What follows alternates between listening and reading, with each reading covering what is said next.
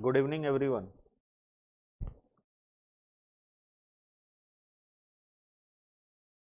Good afternoon.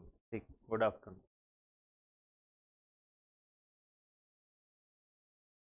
Poonam कहती है।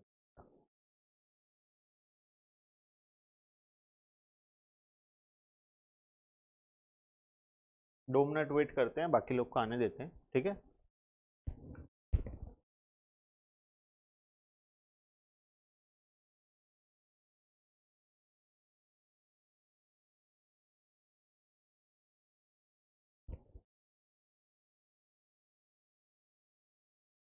आज क्या पढ़ेंगे? आज हम लोग शुरू करेंगे चैप्टर नंबर 4, ठीक है। क्या है chapter number 4? Measurement of national income.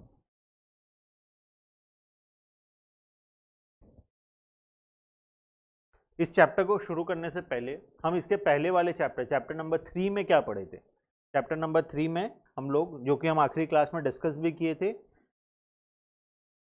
आओ देखते हैं क्या पढ़े थे चैप्टर नंबर 3 में। हमको हर बार क्वेश्चन में कोई ना कोई डेटा दे देता था।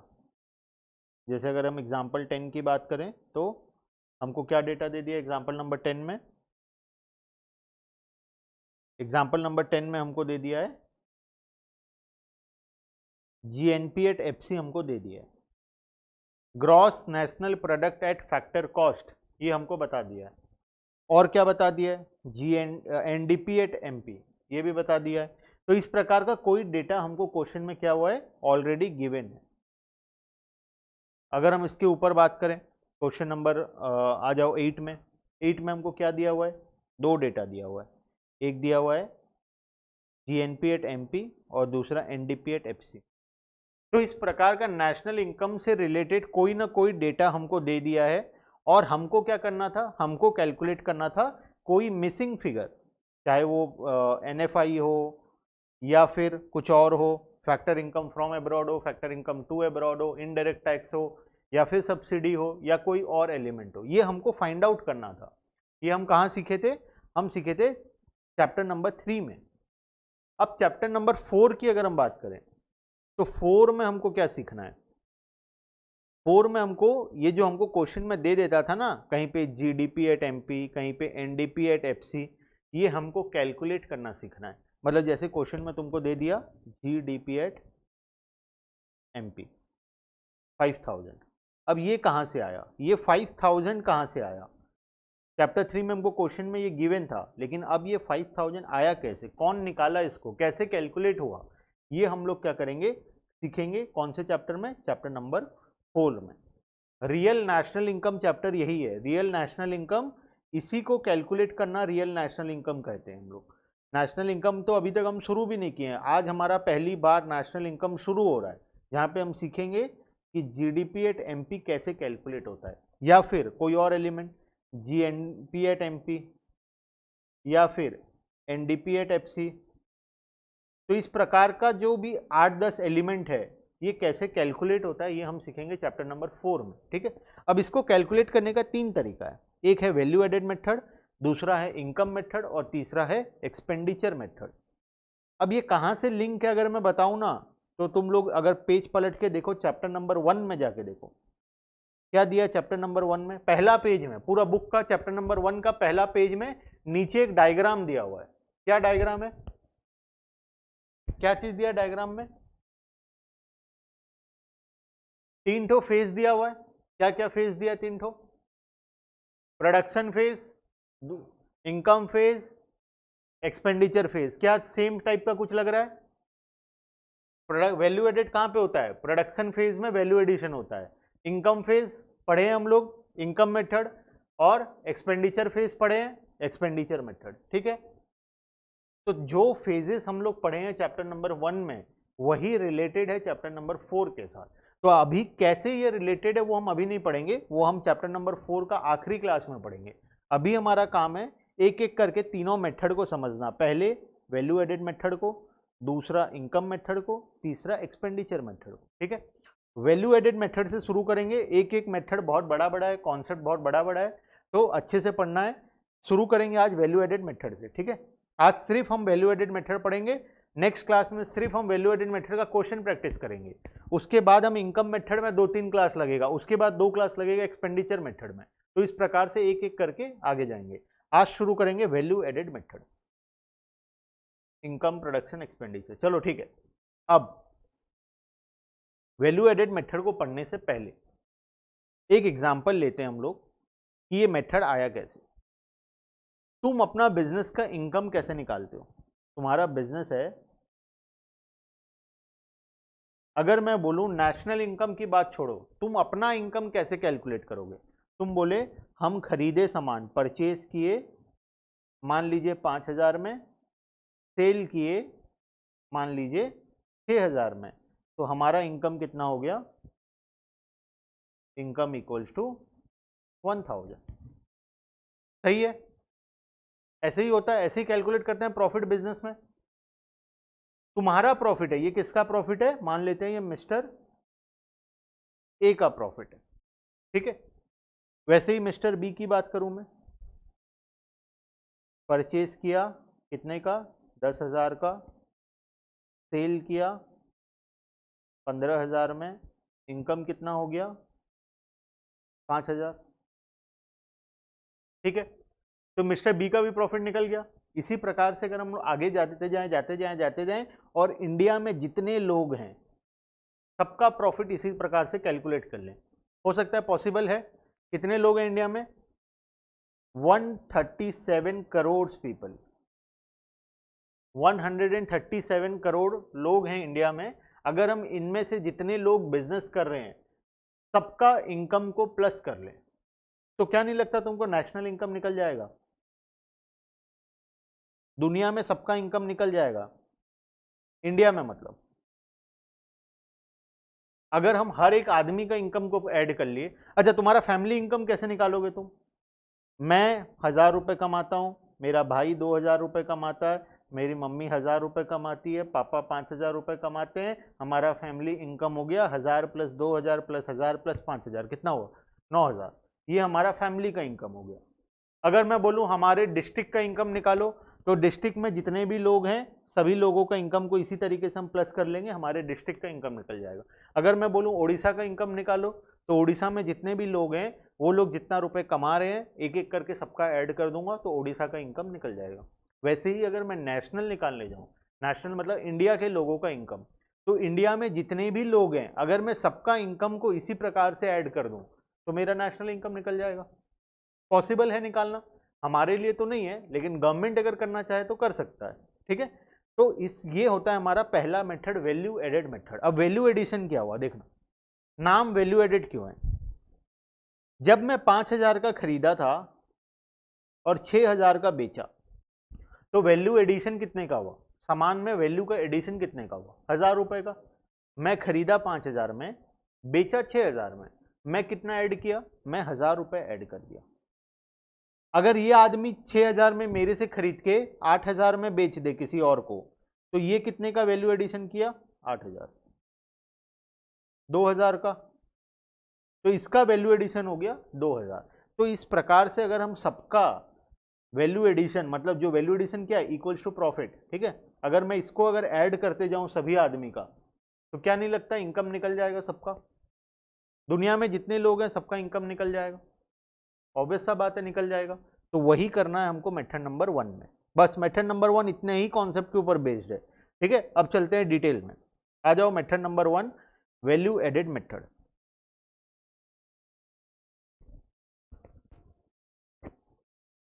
सबसे पहला मेथड वैल्यू एडेड मेथड। बारिश हो गया बहुत तेज, चलो ठीक है। अब इसका नाम क्या है, क्या किया जाता है, लास्ट में देखते हैं, पहले आते हैं मेथड के ऊपर। Value added refers to the addition of value to the raw material intermediate goods by a firm, ठीक है। या तो वो रॉ मटेरियल हो सकता है किसके लिए? प्रोडक्शन वालों के लिए रॉ मटेरियल। अगर ट्रेडिंग बिजनेस है तो इंटरमीडिएट गुड्स उसके लिए, चाहे वो कोई भी सामान परचेज कर रहा हो, वो उसके लिए क्या होता है? Value addition refers to the addition of value, वो जितना वैल्यू को ऐड करेगा। मेरे एग्जाम्पल में मैं कितना ऐड किया था? 1,000 रुपये। मिस्टर बी कितना ऐड किया था?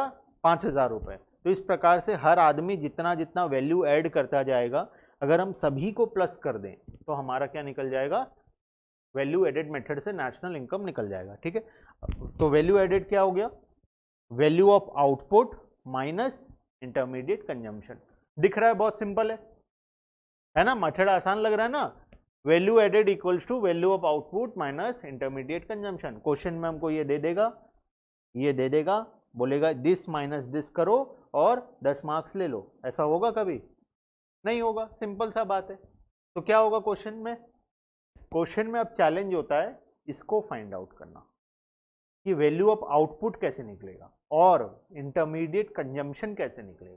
ठीक है, शुरू करेंगे बेसिक क्वेश्चन से और धीरे धीरे एडवांस लेवल का क्वेश्चन में जाएंगे। ठीक है, चलो एक एक करके देखते हैं। सबसे पहले वैल्यू ऑफ आउटपुट, एग्जाम्पल बाद में लिखेंगे। इंटरमीडिएट कंजम्पशन या पहले इंटरमीडिएट कंजम्पशन, अब डिटेल में पढ़ेंगे किसको, दो वर्ड को, एक इंटरमीडिएट कंजम्पशन को, दूसरा वैल्यू ऑफ आउटपुट को। तो इंटरमीडिएट कंजम्पशन किसको बोलते हैं और आउटपुट, वैल्यू ऑफ आउटपुट किसको बोलते हैं। वैल्यू एडेड तो पता है किसको बोलते हैं, वैल्यू एडेड हो गया आउटपुट माइनस इंटरमीडिएट कंजम्पशन। हम जो वैल्यू एडिशन किए, मिस्टर ए कितने का किया था, वैल्यू ऑफ आउटपुट उसका कितने का था, 6000 का, इंटरमीडिएट कंजम्पशन कितने का था, 5000 का, वैल्यू एडिशन कितने का हुआ था, 1000 रुपये का। मिस्टर बी क्या किया था, कितने का बेचा था, 15000 का बेचा था ना, कितना में खरीदा था, 10000, वैल्यू एडिशन कितने का किया था, 5000 का। ठीक है, तो इसी प्रकार से हमको कैलकुलेट करना है। लेकिन अब हमको देखना है ये वैल्यू ऑफ आउटपुट होता क्या है, इसको हम पढ़ेंगे डिटेल में और इसको भी हम पढ़ेंगे डिटेल में। ठीक है, एक एक करके दोनों को डिटेल में पढ़ेंगे। ठीक है, सबसे पहले आते हैं इंटरमीडिएट कंजम्पशन के ऊपर। अब तुमको मैं बता रहा हूं, लगने लगेगा कि इकोनॉमिक्स थोड़ा डिफिकल्ट है। ठीक है, लेकिन डिफिकल्ट नहीं है, पहले ही बता दे रहा हूं। हो सकता है तुमको ये चैप्टर पढ़ के ऐसा लगे कि इकोनॉमिक्स सब्जेक्ट थोड़ा सा डिफिकल्ट है, लेकिन ऐसा बिल्कुल भी नहीं है। एक आसान सा प्रोसेस है, अगर हम वो प्रोसेस को प्रैक्टिस करेंगे और फॉलो करेंगे, कॉन्सेप्ट तो हालांकि मैं तुमको समझा दूंगा, लेकिन प्रोसेस को अगर हम फॉलो करेंगे तो A to Z question right होगा। ठीक है, तो क्वेश्चन को ध्यान से पढ़ना है, देखना अभी कैसे मिस्टेक होगा, तुम लोग खुद मिस्टेक करोगे, देखना, बताने के बाद में मिस्टेक करोगे।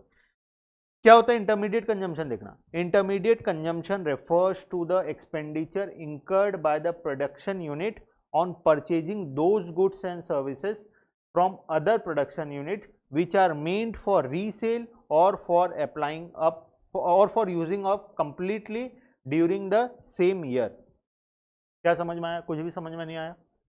ठीक है, कुछ भी समझ में नहीं आया। अब देखो मैं समझाता हूं इसको, क्या लिखा है देखना। Intermediate consumption refers to expenditure incurred, जो हम खर्च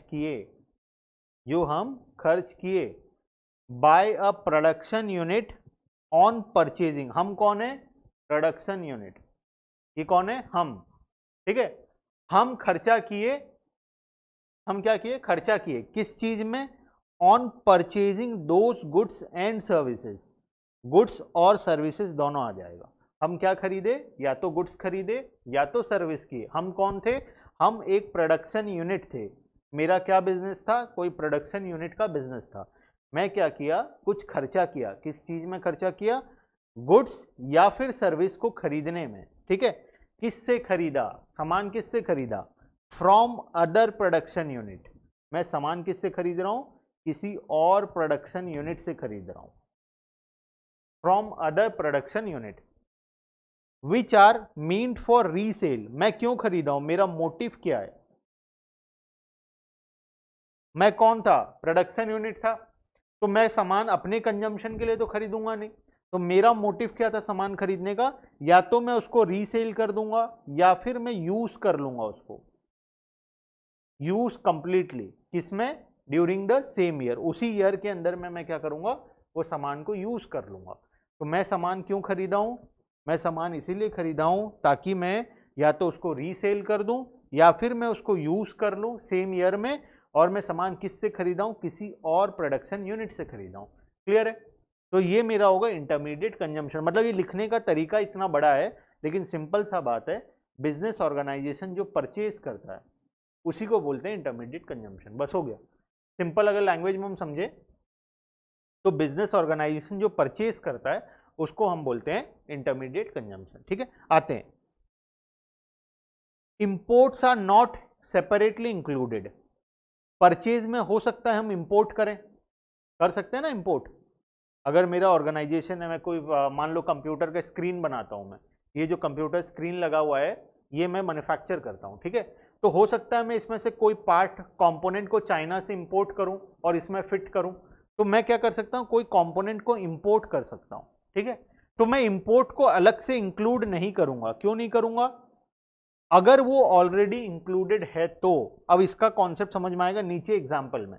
एग्जाम्पल नंबर 1 देखना, केस 1 क्या दिया है, इंटरमीडिएट कंजम्पशन तुमको दे दिया है 1200, इंपोर्ट दे दिया है 300। तुमको क्या फाइंड आउट करना है, कैलकुलेट इंटरमीडिएट कंजम्पशन बोला है, बताओ कितना।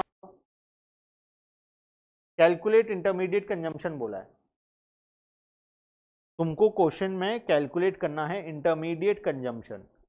क्वेश्चन में तुमको दिया है इंटरमीडिएट कंजम्पशन और इंपोर्ट। देव वेरी गुड। संचिता, मैं बोला था अभी मैं बताऊंगा फिर भी गलत होगा, हो गया ना गलत। रिद्धि 1500, नहीं गलत।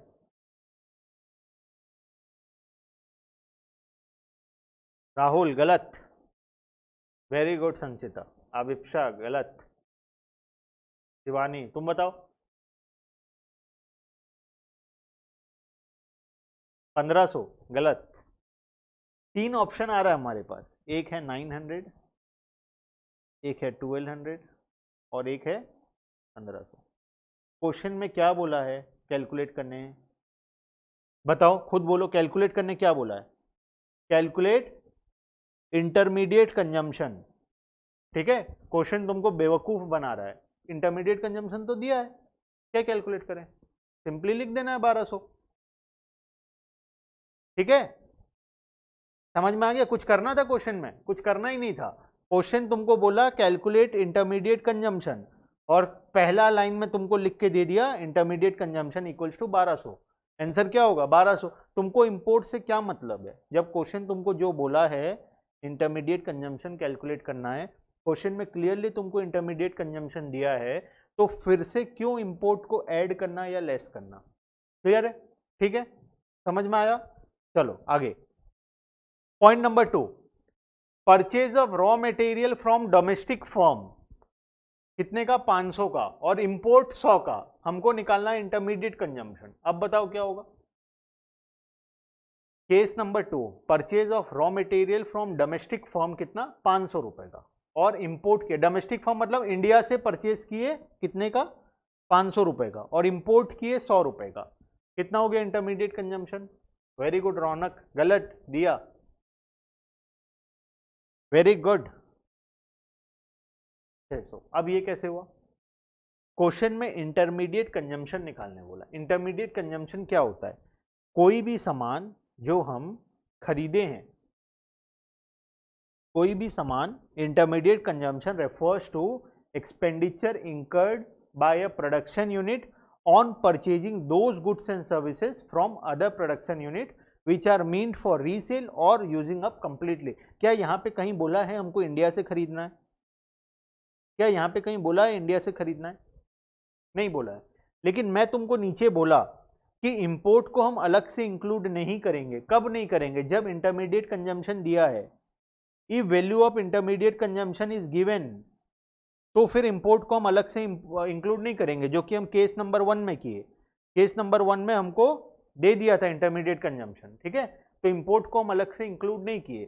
क्वेश्चन नंबर 2 में, केस 2 में तो इंटरमीडिएट कंजम्पशन हमको दिया नहीं है, तो हमको इंपोर्ट को तो ऐड करना पड़ेगा ना इसके साथ। तो ये 500 प्लस 100 इक्वल्स टू 600, ठीक है। चलो अब purchase of raw material 1000, import 200, intermediate consumption बताओ। इंटरमीडिएट कंजम्पशन बताओ। Very good very good very good very good very good very good. Riddhi 300 कहां से आ गया?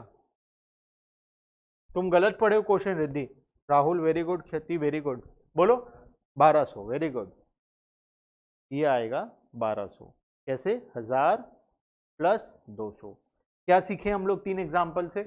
3 एग्जाम्पल से हम अगर यही सीखे, अगर क्वेश्चन में इंटरमीडिएट कंजम्पशन क्लियरली दे दिया है तो फिर उसमें कुछ भी ऐड या कुछ भी लेस नहीं करना है और उसको डायरेक्टली ले लेना है। लेकिन अगर क्वेश्चन में इंटरमीडिएट कंजम्पशन नहीं दिया है, कोई और कंपोनेंट दिया है, चाहे वो डोमेस्टिक दिया हो, इंपोर्ट दिया हो, रॉ मटेरियल दिया हो या कुछ और दिया हो, तो उसमें हम लोग सभी चीजों को ऐड करेंगे। जो भी हम परचेज किए सबको हम लोग ऐड करेंगे। ठीक है, क्लियर? Monalisa, very good. बोलो क्लियर है? 3 एग्जाम्पल क्लियर है? क्या सीखे हम यहां से? अगर क्वेश्चन में क्लियरली इंटरमीडिएट कंजम्पशन लिखा है तो चाहे भगवान आ जाए चाहे कोई भी आ जाए, हमको उसको साथ और कुछ नहीं करना है, ये हमारा फाइनल है। ये अगर दे दिया है तो ये हमारा फाइनल है और हम इसके साथ कुछ भी नहीं करेंगे, ये हम चुपचाप कैलकुलेशन में इसको ले लेंगे। लेकिन अगर ये नहीं दिया, इंटरमीडिएट कंजम्पशन नहीं दिया है, तो उसके बाद हमको देखना पड़ेगा हम क्या क्या सामान कौन कौन से आदमी से खरीद रहे हैं। तो जो भी सामान हम खरीद के यूज कर रहे हैं प्रोडक्शन में वो सारा ऐड हो जाएगा। क्लियर है? चलो अब आते हैं वैल्यू ऑफ आउटपुट। एक कंपोनेंट हो गया intermediate consumption. Component number 2, value of output. Value of output refers to the market value of all goods and services produced during a period of 1 year।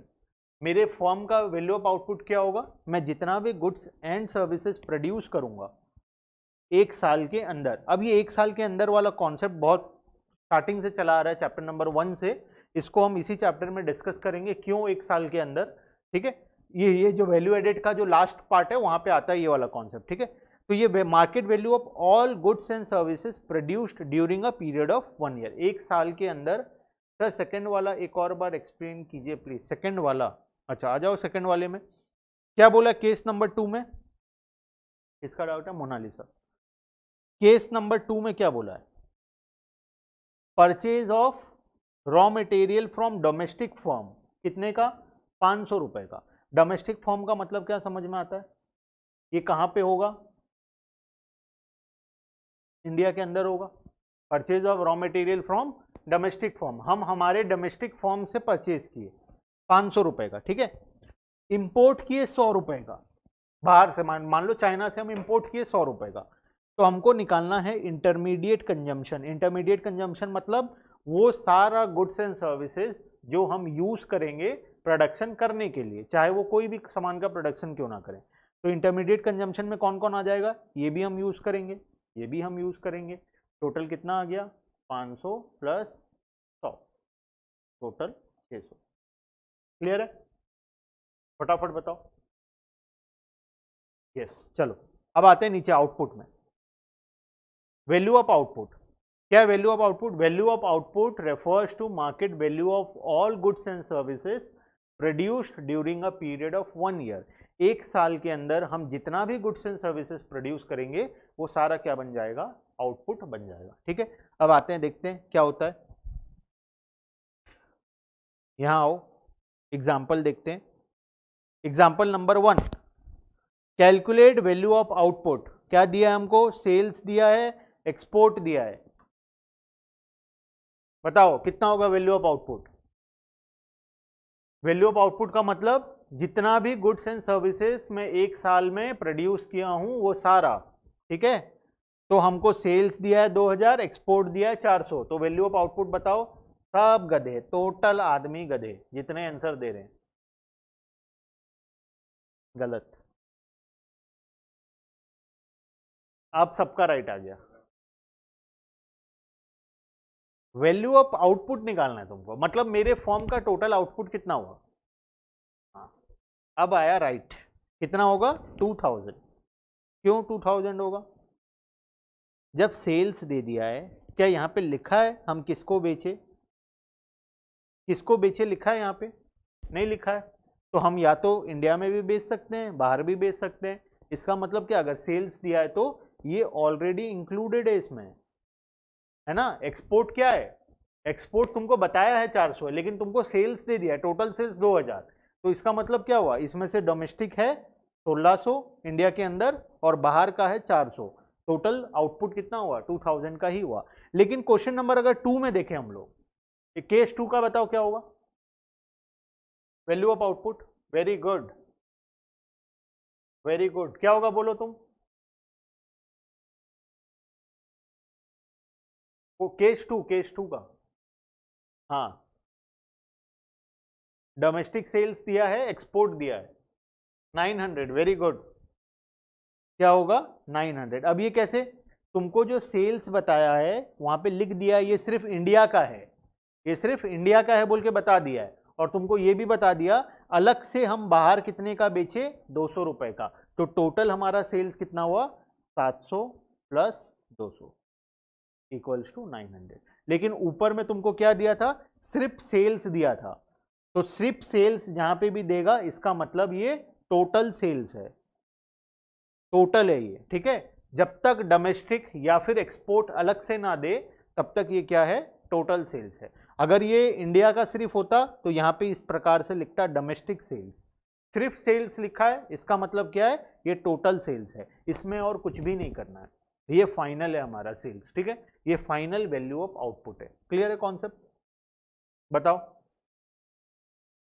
अच्छा ठीक है। अच्छा एक और बात, जो जो लाइव आना चाहते हो, जो भी क्लासेस 5 बजे से पहले है, 5 बजे तो लॉकडाउन लग जाएगा रिटर्न, 5 बजे से पहले है, और जो जो लाइव आना चाहते हो वो आ सकते हैं लाइव, ठीक है, कोई दिक्कत नहीं है। मंडे से, या तुम नेक्स्ट क्लास जब भी है तुम्हारा, कल शायद मंडे ही है नेक्स्ट क्लास, कल तो पूरा फुल लॉकडाउन है, मंडे टू फ्राइडे जो भी तुम्हारा 5 बजे से पहले का क्लास होता है उस क्लास में तुम लाइव आ सकते हो, ठीक है, सेंटर में। चलो अब आते हैं डिटेल डिस्कशन में वैल्यू ऑफ आउटपुट का। अब वैल्यू ऑफ आउटपुट में एक और ट्रीटमेंट किया जाता है चेंज इन स्टॉक का। अब ये चेंज इन स्टॉक क्या है, ट्रेडिंग अकाउंट पढ़ लिए, अकाउंट्स में अकाउंट्स पढ़ लिए,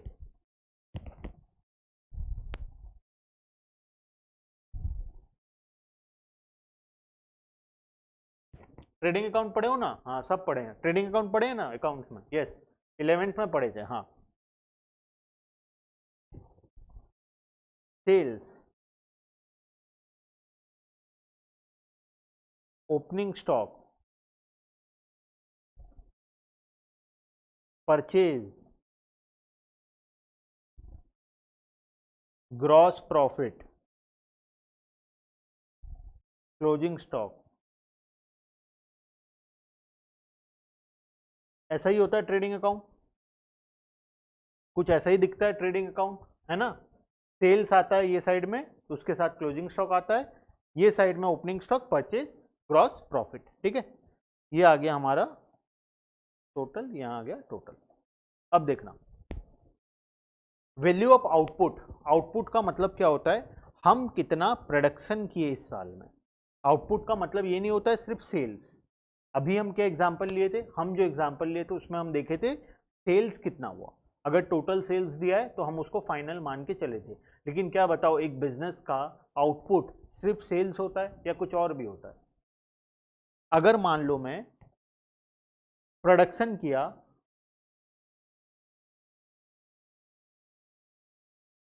1000 यूनिट, सेल किया 500 यूनिट, और मेरे स्टॉक में है, क्लोजिंग स्टॉक में है 500 यूनिट, तो वैल्यू ऑफ आउटपुट, मेरा आउटपुट कितना यूनिट का हुआ बताओ तो, मेरे आउटपुट कितना यूनिट का, प्रोडक्शन किया मैं 1000 यूनिट, सेल किया 500 यूनिट, और क्लोजिंग स्टॉक में 500 यूनिट बचाओ, तो अगर रियलिटी में देखोगे तो मेरा आउटपुट कितना। वेरी गुड देव, वरुण, बोलो। अभी जो हम एग्जाम्पल लिए उसके हिसाब से मेरा आउटपुट कितना हो रहा है 500, लेकिन रियलिटी में तो मेरा आउटपुट कितना है 1000 है। प्रोडक्शन तो मैं 1000 किया हूं, फिनिश प्रोडक्ट मेरे पास, मैं बेचा नहीं, ठीक है, मेरे स्टॉक में है, नेक्स्ट ईयर तो बेचूंगा, ये तो 31 मार्च का है, नेक्स्ट ईयर तो मेरे को मेहनत करना नहीं पड़ेगा, नेक्स्ट ईयर तो मेरे पास स्टॉक होगा, नेक्स्ट ईयर तो मैं बेचूंगा, तो मेरा आउटपुट कितने का है 1000 का है। तो अब हम इसमें क्या करते हैं, ये जो सेल्स वाला फिगर है, सेल्स में एक और काम करते हैं, change in stock, change in को ऐड कर देंगे, चेंज इन स्टॉक को हम क्या करेंगे, ऐड कर देंगे, ठीक है। चेंज इन स्टॉक कितना हो बताओ, ओपनिंग स्टॉक मेरा कितना था, ओपनिंग मेरा था 0, स्टार्टिंग में मेरे पास कोई सामान नहीं था, स्टार्टिंग में मैं 1000 यूनिट का प्रोडक्शन किया, सेल किया 500 यूनिट का, क्लोजिंग स्टॉक बचा 500 यूनिट। तो मेरा स्टॉक कितना से चेंज हुआ, पहले 0 था अब 500 हो गया, तो ये चेंज कितने का आया, 500 यूनिट का। तो ये जो चेंज इन स्टॉक है इसको हम क्या करेंगे, ऐड कर देंगे। ये 500 प्लस चेंज इन स्टॉक मतलब 500 प्लस 500 इक्वल्स टू 1000। ये मेरा क्या बन जाएगा, वैल्यू ऑफ आउटपुट। बोलो क्लियर है, वैल्यू ऑफ आउटपुट का मतलब क्लियर है। अभी हम जो एग्जांपल लिए थे उसमें सिर्फ हम सेल्स को देखे थे, लेकिन इन रियलिटी जो मेरे पास स्टॉक बचा हुआ है, फिनिश प्रोडक्ट का जो स्टॉक मेरे पास बचा हुआ है, वो भी तो मेरा आउटपुट है। वो भी तो मैं प्रोडक्शन कर लिया, बेचा नहीं तो क्या हो गया, आउटपुट तो हुआ, प्रोडक्शन तो किया, तो वो भी हमारा क्या हो जाएगा, ऐड हो जाएगा। क्लियर है, और क्वेश्चन करेंगे तब और क्लियर हो जाएगा। ठीक है, आओ इधर।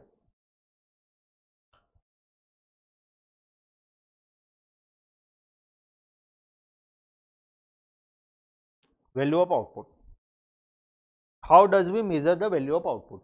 सबसे पहले सेल्स को तो ले लेंगे, when the entire output is sold in an accounting the value of output equals to cell.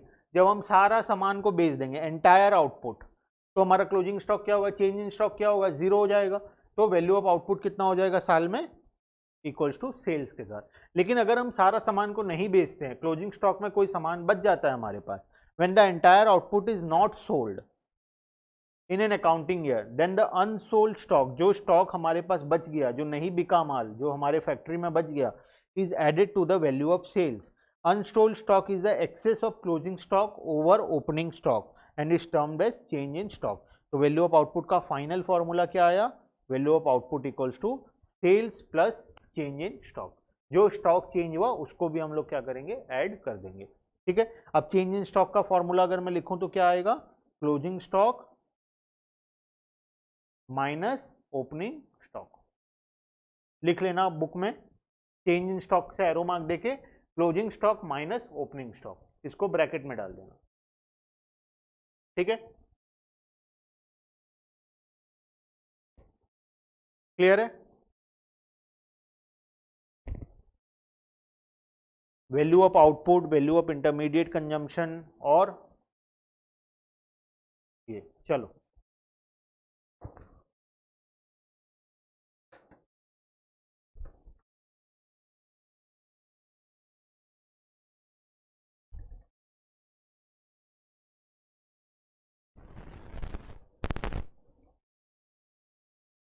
चलो बाकी डिस्कशन हम लोग बाद में करेंगे, पहले आते हैं एक क्वेश्चन के ऊपर। आ जाओ, क्वेश्चन देखो बुक में, देखो क्वेश्चन नंबर 1 में आओ, एक्सरसाइज में क्वेश्चन नंबर 1, बुक का पेज है 38, page number 38।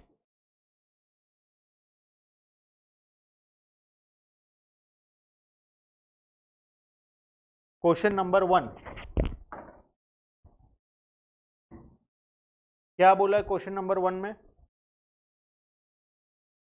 Calculate the value added by form A and form B. हमको एक साथ दो लोगों का करना है, फॉर्म ए का भी वैल्यू एडिशन निकालना है, फॉर्म बी का भी निकालना है एक साथ। ठीक है, तो सबसे पहला फॉर्म ए के बारे में देखते हैं, फॉर्म बी को मारो गोली, फॉर्म ए के बारे में देखो। फॉर्म ए क्या किया, डोमेस्टिक सेल्स बाय फॉर्म ए, तो ये हमको लेना है। एक्सपोर्ट बाय फॉर्म ए, ये हमको लेना है। परचेज बाय फॉर्म ए, ये भी हमको लेना पड़ेगा। सेल्स बाय फॉर्म बी, जब हम फॉर्म ए का कैलकुलेट कर रहे हैं तो इसका हमारा कोई काम नहीं है। परचेज बाय फॉर्म बी, इसका भी हमारा कोई काम नहीं है। ठीक है, हम पहले किसका कैलकुलेट करेंगे, सिर्फ फॉर्म ए का कैलकुलेट करेंगे। करो फटाफट, बताओ क्या होगा। Value added equals to output minus intermediate consumption. Output का वैल्यू निकालो कितना हुआ, इंटरमीडिएट कंजम्पशन निकालो कितना हुआ, और आंसर बताओ कितना हुआ फटाफट। देखते हैं कौन कौन राइट आंसर देता है। दे, वेरी गुड। और फॉर्मूला लिख के कर रहे हो ना, बिना फॉर्मूला के मत करना, ठीक है, फॉर्मूला प्रैक्टिस करना जरूरी है। प्रतीक, very good.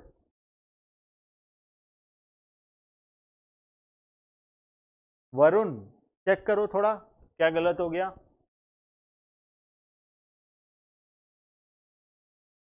Rahul, very good. Keshav, गलत। ये सब चेक करो।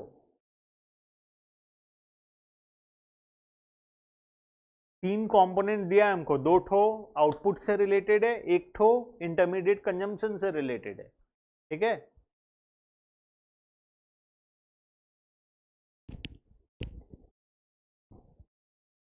Varun check your answer, Keshav check your answer.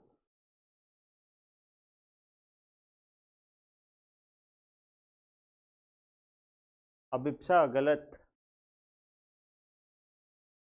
Very good Shivani. Varun अभी भी गलत है।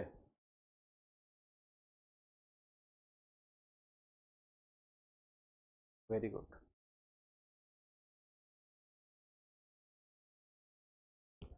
Poonam very good. अच्छा, हम क्या फॉर्मूला, फॉर्मूला बताओ, हड़बड़ी नहीं करना है, फॉर्मूला के हिसाब से जानना है। फॉर्मूला क्या था? फॉर्मूला था value added equals to value of output minus intermediate consumption. Value of output minus intermediate consumption, value added equals to value of output minus intermediate consumption, ठीक है। अब वैल्यू ऑफ आउटपुट कैसे निकलेगा? Value of output निकालने के लिए हमको देखना पड़ेगा सेल्स और चेंज इन स्टॉक। अभी पढ़े थे हम लोग, वैल्यू ऑफ आउटपुट क्या होता है? Sales plus change in stock. अब सेल्स दो जगह हो सकता है, या तो इंडिया के अंदर या तो इंडिया के बाहर, ठीक है। क्वेश्चन में क्या, कौन सा दो ठो सेल्स दिया है? सबसे पहले डोमेस्टिक सेल्स लिख दिया है, देखो डोमेस्टिक। डोमेस्टिक का क्या मतलब? इंडिया के अंदर। डोमेस्टिक सेल्स बाय फर्म ए, ठीक है। दूसरा दिया है एक्सपोर्ट बाय फर्म ए। तो टोटल सेल्स कितना हो गया? Total sales 4000 plus 1000 equals to 5000, ठीक है। ये कितना आ गया? टोटल सेल्स आ गया। चेंज इन स्टॉक क्या क्वेश्चन में दिया है? नहीं दिया है, इसका मतलब ये क्या हो गया? जीरो हो गया, ठीक है। अगर क्वेश्चन में कहीं पे भी चेंज इन स्टॉक दिया नहीं है, इसका मतलब ये क्या हो गया? जीरो हो गया। अब इंटरमीडिएट कंजम्पशन की बात करें। इंटरमीडिएट कंजम्पशन क्वेश्चन में कहीं दिया है, फर्म ए का intermediate consumption purchase by firm A, एक ही दिया है, परचेज बाय फर्म ए। तो इंटरमीडिएट कंजम्पशन कितना आ गया? 200 का इंटरमीडिएट कंजम्पशन आ गया। तो पुट करो, कितना आया? 5000 माइनस 200 इक्वल्स टू 4800। क्लियर है? 5000 माइनस 200 इक्वल्स टू 4800।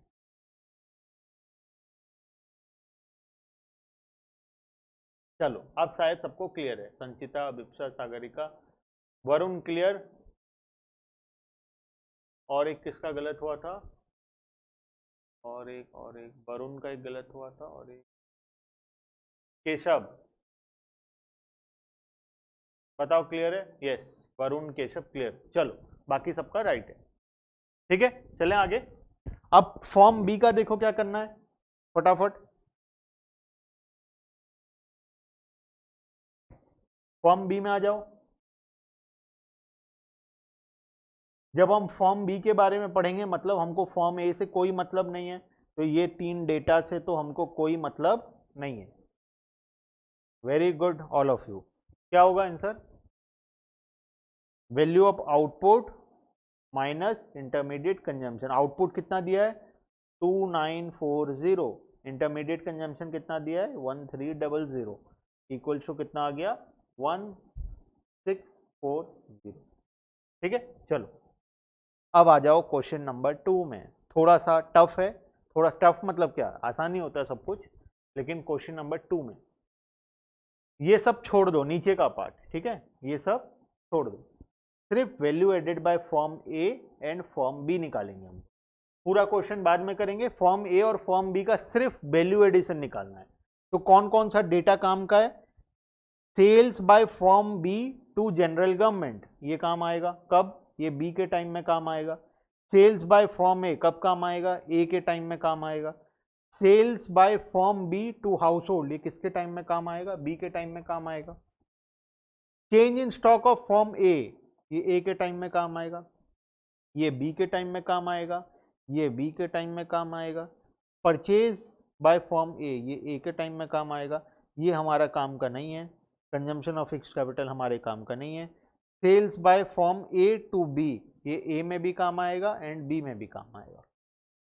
तो इतने डेटा को लेके हमको क्या करना है?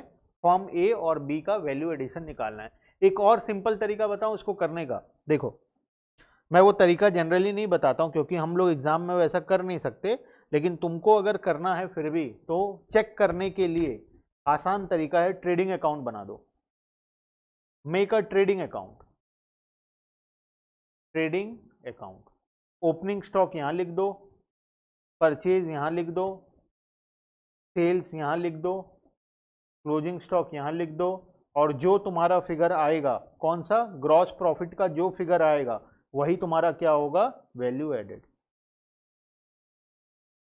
जो अकाउंट्स में तुम्हारा ग्रॉस प्रॉफिट का वैल्यू आएगा वही वैल्यू एडेड का फिगर आएगा। ठीक है, तो बेटर है अगर तुम प्रैक्टिस के लिए या फिर चेक करने के लिए आंसर सही है या गलत है, अगर ट्रेडिंग अकाउंट बना के चेक करना चाहो तो ट्रेडिंग अकाउंट में जो तुम्हारा ग्रॉस प्रॉफिट आएगा वही तुम्हारा वैल्यू एडेड भी आएगा। ठीक है, तो तुम दोनों तरीका लगा के देख सकते हो, हमारा फॉर्मूला वाला मेथड भी और ये वाला जुगाड़ वाला मेथड भी, इसको बोलेंगे जुगाड़। जुगाड़ करने वाला मेथड भी लगा के देख सकते हो, दोनों में आंसर क्या आएगा? सेम आएगा। ठीक है, चलो अब करो फॉर्म ए का। पहले फॉर्म ए के लिए कौन कौन सा डेटा यूज करना है? जहां जहां पे मैं ए लिखा हूं सिर्फ वही डेटा पे ध्यान देना है, बी वाला डेटा पे ध्यान नहीं देना है। ठीक है, पहले ए का करेंगे। ए के लिए कौन कौन सा डेटा? जो चार डेटा में मार्क किया हूं वही चार डेटा, बस और कुछ भी नहीं पढ़ना है। वो चार डेटा को पढ़ो और सॉल्यूशन करो फटाफट।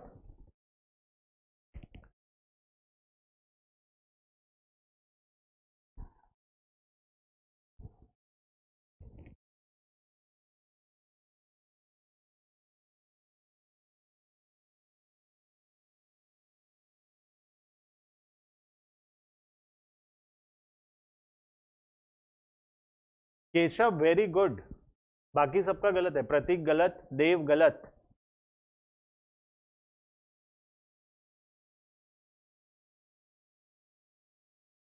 Very good Rahul.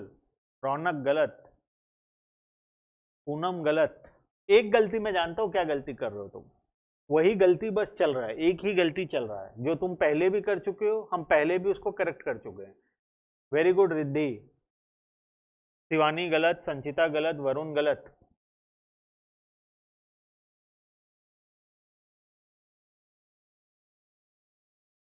चार डेटा को यूज करना है सिर्फ, हो सकता है वो चारों काम का भी ना हो, लेकिन हमको एक बार सिर्फ वो चार डेटा को पढ़ना है जो मैं मार्क किया हूं, ए के ऊपर गोला बनाया हूं वो वाला। उसमें से भी हो सकता है कोई डेटा काम का ना हो। ठीक है, सिर्फ ऐसे ही वो ए नाम से लिखा हो। गलत संचिता, वरुण।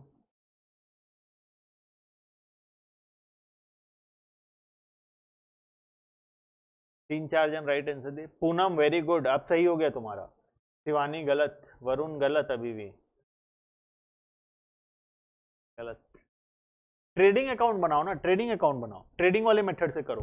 ट्रेडिंग अकाउंट में डालो फिगर। देव अब राइट हुआ, वेरी गुड। रौनक अब राइट हुआ। संचिता राइट, वेरी गुड। हाँ, अब सबका राइट होने लगा, गलती पकड़ में आ गया है ना। प्रतीक गलत अभी भी। हाँ, इसलिए तो स्कैम है। हाँ, शिवानी गलत।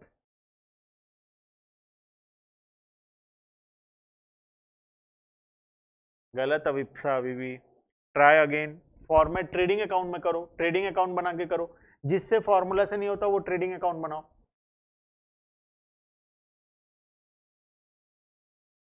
सागरिका गलत।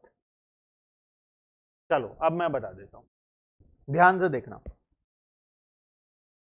मैं हमेशा फॉर्मूला वाला मेथड से बताऊंगा, मैं ट्रेडिंग अकाउंट वाला मेथड फॉलो नहीं करता हूं। तुम लोग अगर चेक करने के लिए करना चाहो तो कर लेना। एग्जाम में गलती से भी ट्रेडिंग अकाउंट का फॉर्मेट मत बना के आना, 1 मार्क्स भी नहीं मिलेगा। ठीक है, तो हमेशा फॉर्मूला वाला मेथड से ही जाना है एग्जाम के अंदर में, ठीक है। चलो अब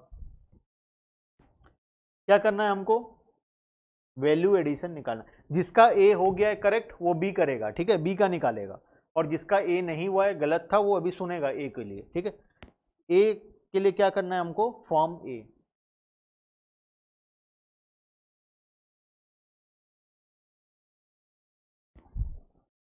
value added equals to output minus intermediate consumption, ठीक है।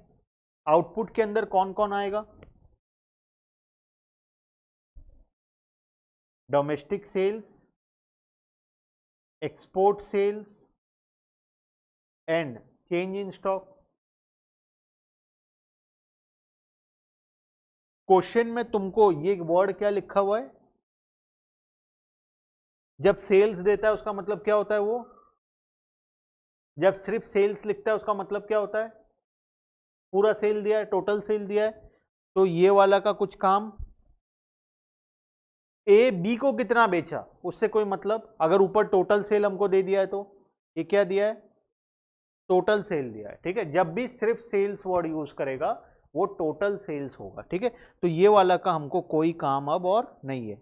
ए बी को कितना बेचा उससे हमको कोई मतलब नहीं, क्योंकि हमको यहाँ पे क्या दे दिया है, टोटल सेल्स दे दिया है। तो टोटल सेल्स मतलब ये वाला पार्ट हमको दे दिया है, कितना दे दिया है भाई, 500 दे दिया है। चेंज इन स्टॉक कितना दिया है, चेंज इन स्टॉक 20, तो वैल्यू ऑफ आउटपुट कितना हो गया, 500 प्लस 20 इक्वल्स टू 520।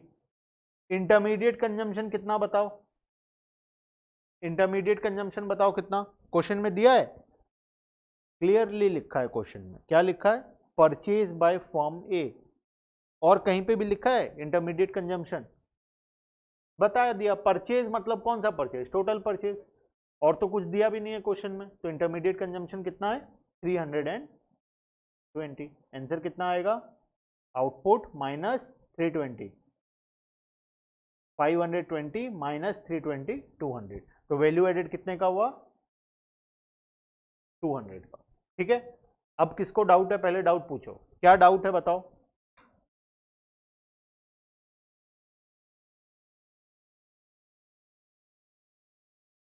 क्लियर है, जिसका नहीं हुआ था क्लियर है, जिसका क्वेश्चन नंबर ए मतलब फॉर्म ए का नहीं हुआ था सबका डाउट क्लियर है।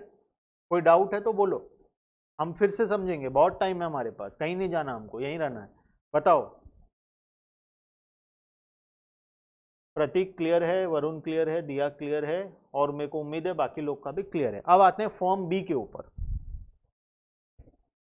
फॉर्म बी का देखना क्या क्या दिया है, फॉर्म बी का सेल्स कितना दिया है, फॉर्म बी गवर्नमेंट को कितना बेचा, 100 रुपए का। Sales by form B to household, household को कितना बेचा, एक गवर्नमेंट का सेल दिया, एक हाउस होल्ड का सेल दिया, अलग अलग है दोनों, तो ये भी ऐड हो जाएगा। उसके बाद closing stock of form B, closing stock बताया तुमको, opening stock of form B, opening stock बताया तुमको, चेंज इन स्टॉक निकल जाएगा। ये दोनों को क्या करेंगे, क्लोजिंग माइनस ओपनिंग, क्लोजिंग कितना है 40 minus 30 equals to 10, change in stock कितना हो गया 10, ठीक है। वैल्यू ऑफ आउटपुट कितना होगा, value of output sales plus change in stock, sales कितना जगह दिया है, 2 जगह दिया है, एक बार गवर्नमेंट को कितना बेचा, एक बार हाउस होल्ड को कितना बेचा, ठीक है। तो टोटल कितना हो गया 440, कैसे होगा, ज्यादा होगा ना, चेंज इन स्टॉक ऐड होता है तो 460, ठीक है। तो ये हमारा आ गया 460। वैल्यू ऑफ आउटपुट कितना, मैं इसको मिटा देता हूं पहले वाले,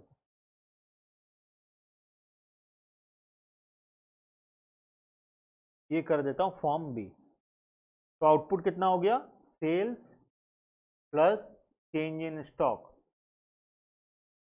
सेल्स कितने का आया 100 plus 350 plus change in stock कितने का आया 10 रुपीज का, टोटल कितना आ गया 100 3 460। इंटरमीडिएट कंजम्पशन निकालना, इंटरमीडिएट कंजम्पशन कहां से निकलेगा, इंटरमीडिएट कंजम्पशन कहीं दिया है क्वेश्चन में, इंटरमीडिएट कंजम्पशन कहीं क्वेश्चन में दिया है, यस, कहाँ दिया है? जब firm sales by firm A to B, A अगर बी को बेचा, ए अगर बी को बेचा मतलब बी का क्या हो गया? ये परचेज हो गया। ए का अगर सेल्स है तो बी का परचेज हो गया। तो इंटरमीडिएट कंजम्पशन बी का, और कुछ दिया है क्वेश्चन में? और तो कुछ नहीं दिया है, एक ही दिया है, इंटरमीडिएट कंजम्पशन बी का 200। ठीक है, इंटरमीडिएट कंजम्पशन कितना हो गया? 200। टोटल वैल्यू एडेड कितने का आ गया? 260 का। ठीक है, चलो अगर ये हो गया, जिसका डाउट नहीं है वो लोग लॉग आउट कर लें। नेक्स्ट क्लास में हम आगे कंटिन्यू करेंगे। जिसका डाउट है इस क्वेश्चन से रिलेटेड या कोई और रिलेटेड, वो लोग वेट करेंगे। ठीक है, जिसका डाउट नहीं है वो लोग को बाय बाय, और जिसका डाउट है डाउट पूछो फटाफट। Thank you अभिप्सा।